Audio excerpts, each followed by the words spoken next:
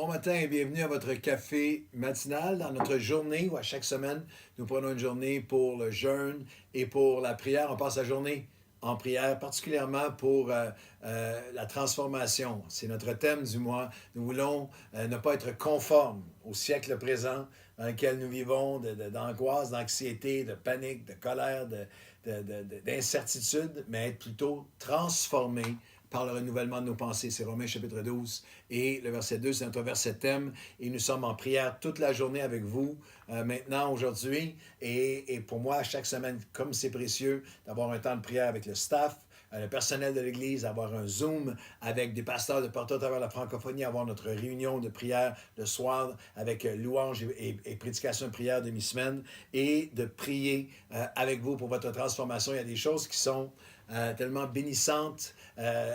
Une d'entre elles est de recevoir vos témoignages. C'est magnifique. On est souvent, parfois très ému de lire les témoignages d'hommes et de femmes de partout à travers le Québec, bien sûr, notre rive-sud ici à Montréal, mais le Québec et la francophonie qui, directement en réponse au message, directement en réponse aux cafés matinaux, aux prédications du dimanche, vivent des transformations. C'est pas seulement merci Seigneur parce qu'il est vivant et nous ne sommes pas dans une dimension de théorie de transformation, nous sommes dans une dimension de témoignage de transformation. Je dois vous en lire un, c'est trop magnifique. Il y a une dame qui nous a écrit, elle s'appelle Alvina, elle écrit « Bonjour, je m'appelle Alvina, je suis née dans une famille hindoue qui croyait qu'il y avait un Dieu, mais c'est tout. Nous n'allions pas ou très rarement au temple. Et elle raconte que c'est seulement cérémonial pour elle. En 2006, elle a immigré au Canada, mais une amie l'a introduit à sa religion, qui est la religion chrétienne, qui est très différente d'une relation avec Christ. Et elle dit, je me suis intéressée mais durant les années qui ont suivi, pendant quelques temps, mais je n'ai pas continué. Je ne voyais que le négatif, je trouvais ça stérile et je suis devenu une personne qui prenait plaisir à s'apitoyer sur soi-même. En 2019, il y a des retrouvailles avec une amie qui m'invite à assister à l'Église Nouvelle Vie. Je découvre la louange qui, depuis, ne m'a jamais quitté. Elle continue en disant « Arrive la pandémie, l'Église Nouvelle Vie diffuse en ligne et tout va très vite pour moi. Plus j'écoute et plus j'écoute. Je commence à lire la Bible. Au début, j'avais du mal à comprendre ce que je lisais, mais je comprends, j'écoute, j'avance. Je vais de mieux en mieux. Je découvre un Dieu vivant, des paroles vivantes. » De son arrière-plan d'hindouisme, Dieu me remplit, j'ai soif d'en apprendre davantage. Je m'inscris à un des groupes de partage et là, je découvre la puissance de la prière. Les prières font du sens pour moi. Plus je prie et plus j'ai envie de prier. Et elle termine en disant, je crois fermement que Dieu m'a choisi, il fait un travail incroyable en moi. Parfois cela fait mal, mais je sais que c'est nécessaire et je sais quoi faire. Rejette ton fardeau sur l'Éternel, il prendra soin de toi. Elle cite le psaume 55, et il ne laissera pas le juste s'écrouler.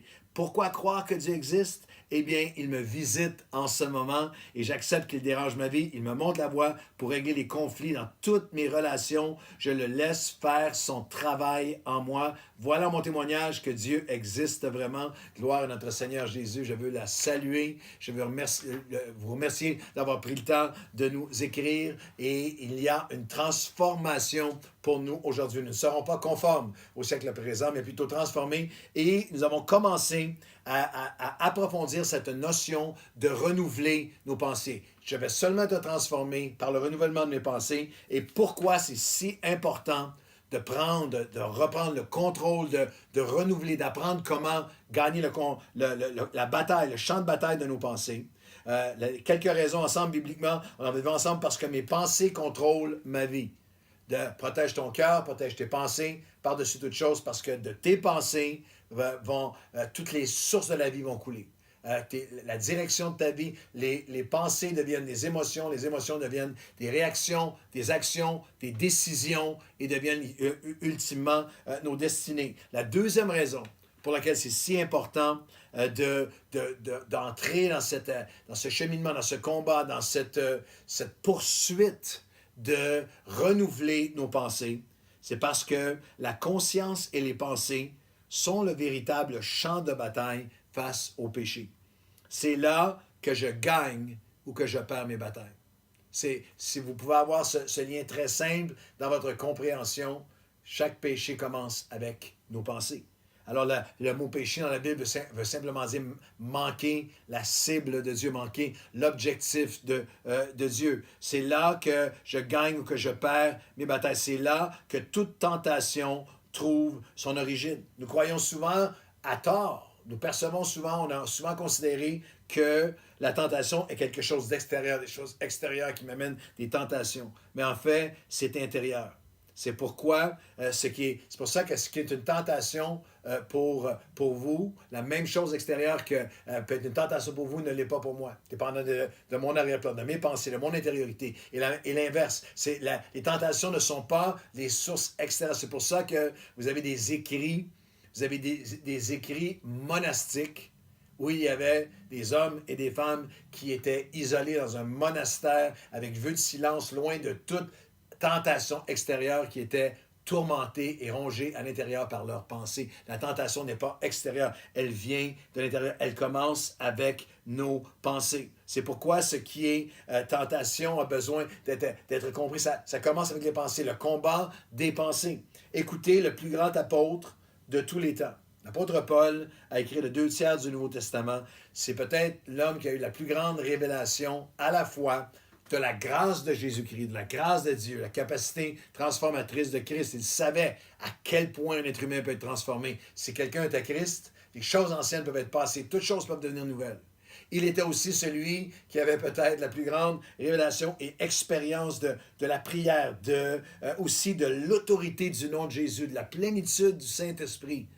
Et c'est lui, sans aucun doute, qui a reçu de la part de Dieu l'enseignement suprême sur le combat spirituel, sur le combat contre les ténèbres. Éphésiens, chapitre 6, est le chapitre où l'apôtre Paul a une compréhension et un enseignement tellement puissant sur la réalité du combat spirituel. Mais écoutez-le parler, écoutez-le témoigner. Il connaît la grâce, il connaît l'autorité, il connaît l'esprit, il connaît le combat spirituel, mais il va parler de l'importance des pensées, de cette espèce de combat, le champ de bataille de nos pensées, d'une manière tellement transparente et tellement, d'un certain sens, encourageante parce que l'apôtre Paul parle d'un combat que nous vivons tous les jours en 2020. Dans Romains chapitre 7, les versets 22-23, regardez bien à quel point vous allez pouvoir vous identifier avec lui. Si vous aimez le Seigneur, vous marchez avec lui, vous allez pouvoir dire comme lui. L'apôtre Paul dit, « Je prends plaisir », Romains 7, 22-23. Je prends plaisir à faire la volonté de Dieu selon ma nouvelle nature, selon mon homme intérieur. L'apôtre Paul a dit, j'ai reçu une nouvelle nature, je suis devenu un enfant de Dieu, il était un persécuteur avant, un homme violent, mais non, maintenant j'ai des désirs de servir Dieu, je prends plaisir à servir Dieu, mais, il y a un mais je vois au plus profond de moi une autre loi qui est en guerre, qui lutte continuellement dans mes pensées et qui me rend captif au péché qui a ses racines en moi. Je suis rendu misérable, misérable que je suis. Je suis misérable lorsque je regarde certains aspects de ce combat-là, à quel point il pousse un cri qu'on a déjà poussé. Qui, misérable que je suis, qui me délivrera? Qui va me délivrer? Mais il dit, grâce soit rendue à Dieu pour notre Seigneur Jésus-Christ. Il poursuivra en disant, il n'y a pas de condamnation pour ceux qui sont en Jésus-Christ. Mais ainsi donc, alors que je veux servir Dieu librement, je suis continuellement en combat avec mes pensées, avec le péché, dont la racine est dans mes pensées. Alors l'apôtre Paul parle nous donne la deuxième raison pour laquelle c'est absolument essentiel d'apprendre comment renouveler nos pensées. Tous les enjeux de la vie vont en découler, mais c'est là qu'est le champ de bataille. C'est là que ça se passe. Toute action, tout péché, tout vol, mensonge, adultère, fraude, méchanceté, rancune, tout acte de péché, toute action contre Dieu, toute rébellion, colère, amertume, haine, pensée, toute action contraire au cœur et à la volonté de Dieu, c'est ça le péché, à sa racine dans nos pensées. Comment ça? L'histoire, le miroir biblique nous rappelle avec un témoignage après l'autre à quel point les plus grands hommes, les plus grandes femmes de Dieu, c'est s'ils perdent le combat de leur pensée, que c'est là que s'engendre tout le combat spirituel. Pourquoi c'est si important? Pourquoi est-ce que lorsque je change mes pensées, je change ma vie? Pourquoi est-ce que je dois m'engager dans le champ de bataille de nos pensées, parce que toutes les sources de la vie, tout dépend de mes pensées, parce que la conscience et les pensées sont le véritable champ de bataille, et parce que mes pensées, ultimement, mes pensées sont la source ultime de ma paix et même de mon bonheur. Romains 8, 5 et 6, il a dit, Romains 8, il n'y a pas de condamnation pour ceux qui sont en Jésus-Christ, mais il doit y avoir une compréhension, il doit y avoir une communion, il doit y avoir une connaissance, une conviction de l'importance des pensées. Il dira, ceux en effet qui vivent selon la chair et qui laissent leurs pensées et leur nature tendre vers le péché vont aller de mort en mort. C'est fou. Car l'affection ou les pensées, l'affection aux pensées qui sont contrôlées par notre nature, c'est la mort. Mais si le Saint-Esprit contrôle nos pensées, l'affection et les pensées de l'Esprit, c'est la vie en abondance et la paix. Alors, il y a littéralement, on va explorer ça dans le prochain café matinal ensemble. Mais je veux juste m'arrêter avec vous aujourd'hui et dire, Seigneur, je réalise aujourd'hui que le combat prend place dans mes pensées. Je réalise aujourd'hui qu'en fait, l'affection aux choses de la chair, les pensées qui sont selon ma nature, selon le monde qui m'entoure seulement, qui ne sont pas renouvelées, le paradoxe de Paul dit, c'est une vie de mort en mort. Les pensées qui ne sont pas contrôlées conduisent à la mort de nos relations, à la mort de l'espoir, à la mort de notre joie, à la mort parfois de notre appel, de notre destinée. J'ai vu tellement de gens se saboter spirituellement, dans des relations, dans leur mariage, parce qu'ils ont laissé les pensées prendre le dessus. Les pensées, c'est là qu'est le champ de bataille. Mais il dit l'affection aux choses de l'esprit, aux pensées de l'esprit, c'est la vie et c'est la paix. Alors Seigneur, aujourd'hui, apprends-nous à renouveler nos pensées. Nous sommes, je prie qu'à travers ces quelques paroles, nous sommes plus que jamais conscientisés. Nous sommes plus que jamais sous la conviction que toute action de péché commence dans mes pensées, que je suis souvent à me repentir pour des actions, je suis souvent à détester certaines actions, certains actes, décisions, réactions que j'ai faites, sans en comprendre les racines, sans en comprendre les sources, sans en attaquer la vraie source du problème, du péché. Il n'y a pas de condamnation pour nous qui sommes en Jésus-Christ, mais il y a une conviction. Il y a une compréhension, il y a une connaissance, il y a une communion avec Dieu. Il y a un chemin et il y a un combat. Et c'est le combat sur le champ de bataille des pensées. Et aujourd'hui, Seigneur, comme jamais, je veux m'affectionner, je veux tourner mes affections, mon cœur et mes pensées vers toi.